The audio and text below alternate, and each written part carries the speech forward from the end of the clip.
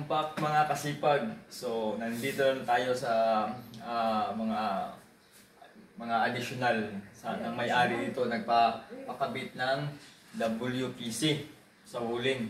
So, nagpakabit siya ng WPC.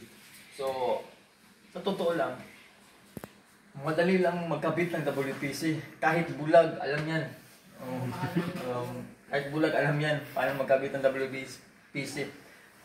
Basic na basic yan. So, ito yung WPC na napili ng may-ari. Yan, naka-wood design siya ito.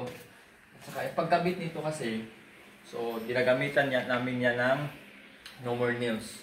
No more nails, tapos, yung metal clip. Meron siyang metal clip dito. So, ang purpose ng metal clip, para siya ang mag-steady.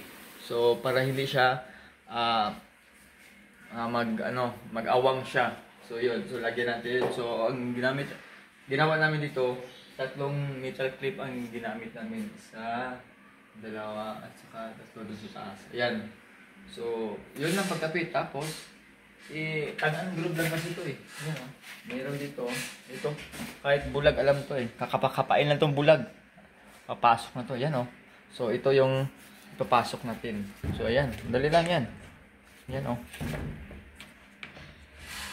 Ayan. Tapos, ayan. So, ayan. So, ayan na. So, madali lang. Ayan. Ayan. So, ayan. So, ipapakita ko sa iyo yung iba na tapos na. Hindi. So, ayan. So, meron na kami dito na tapos. Dito banda na corner. So, ipapalagay dito yung may-ari. Ayan. So, ito. Para may mag-accent yung bahay sa loob. At saka ito.